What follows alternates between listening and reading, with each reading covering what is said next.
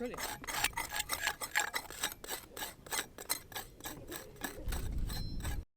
Rendlesham is extremely significant because we've known that there is a royal site or a vicus regius at Rendlesham for a long time, because in the 8th century a monk called Bede, who lived in Northumberland, wrote the history of the English church and people, and in this he mentions a place called Rendlesham.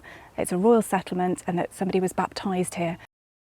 Rendlesham is mentioned once by Bede as the place where a king of the East Saxons, Swithelm, was baptised. He was baptised on East Anglian territory, and Bede names the place Rendlesham, and he was baptised under the sponsorship of the then King of the East Angles, which suggests that the King of the East Angles had a degree of overlordship over the King of the East Saxons. Historically, that's it.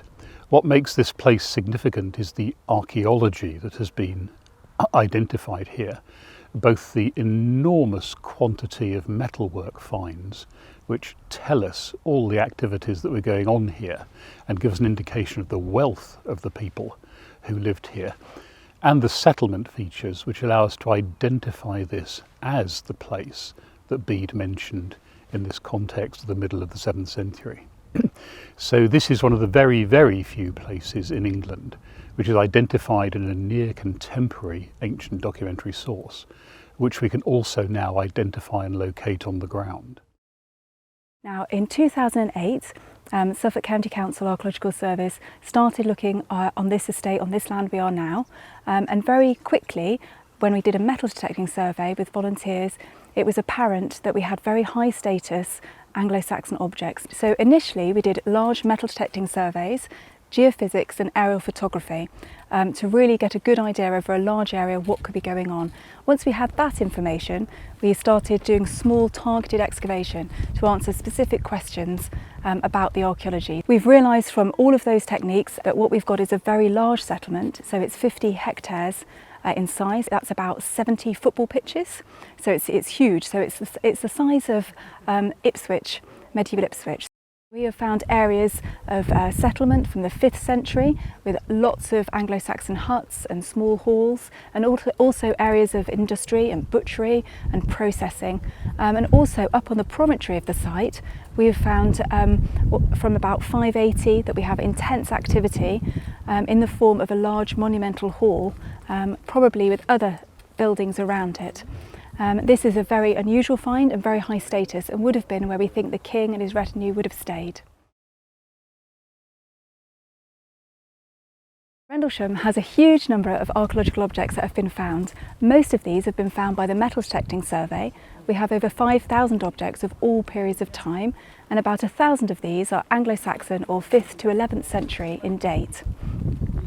The Anglo-Saxon objects are especially interesting because they show us all different levels of social status. So we have fittings and brooches, just normal everyday that anybody would have worn just on their clothes as they would have used a safety pin. And also we have very high status gold and silver brooches as well. So it shows you the whole range of people that were living here 1,500 years ago. We also have, early on in the 5th century, some really interesting scabbard fittings which we think are Scandinavian. So it could show the presence of some sort of Scandinavian warrior elite, which is very unusual and interesting a thing to find on a site such as this. And then as we go into the 6th and 7th century, we get a lot more finds showing trade with the Eastern Mediterranean and the continent, and really showing the reach of this site internationally. There's a number of reasons why the early medieval royal settlement was located precisely here.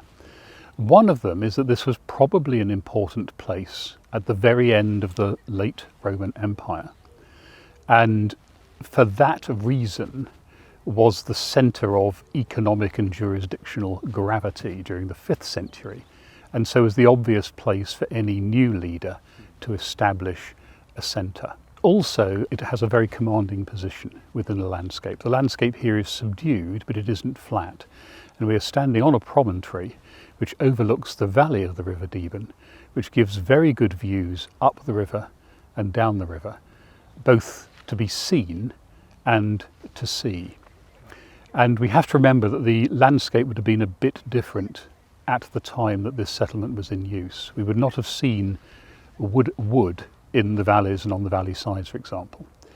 In the bottom of the valley, the river would run. There would be marsh or water meadow in the base of the valley. The sides of the valley are the places where people would have settled and where you had the agricultural activity, the farmland, the tilled land. And then higher up on the interfluves between the valleys, we would have heath or wood pasture.